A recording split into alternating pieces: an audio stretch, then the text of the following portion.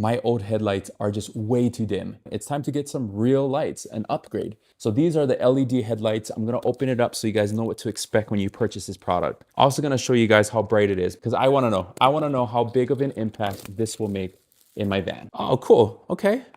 So it comes with gloves. Did not expect that. It comes with the instructions on how to change the headlights. And this is what it looks like. So I purchased the 4-pack. These come with 2 highs and 2 lows. So taking a closer look at the light bulbs, as you can see, there's this fan on the inside. And so this is supposed to keep this nice and cool, or at least cool down so that it doesn't overheat. Okay, so this is regular. This is what it looks like on the phone.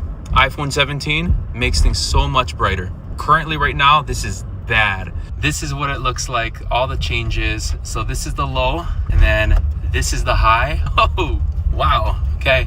And this is the side-by-side comparison. Check out the difference. So this is the lows, and this is what it looks like when I turn on the highs.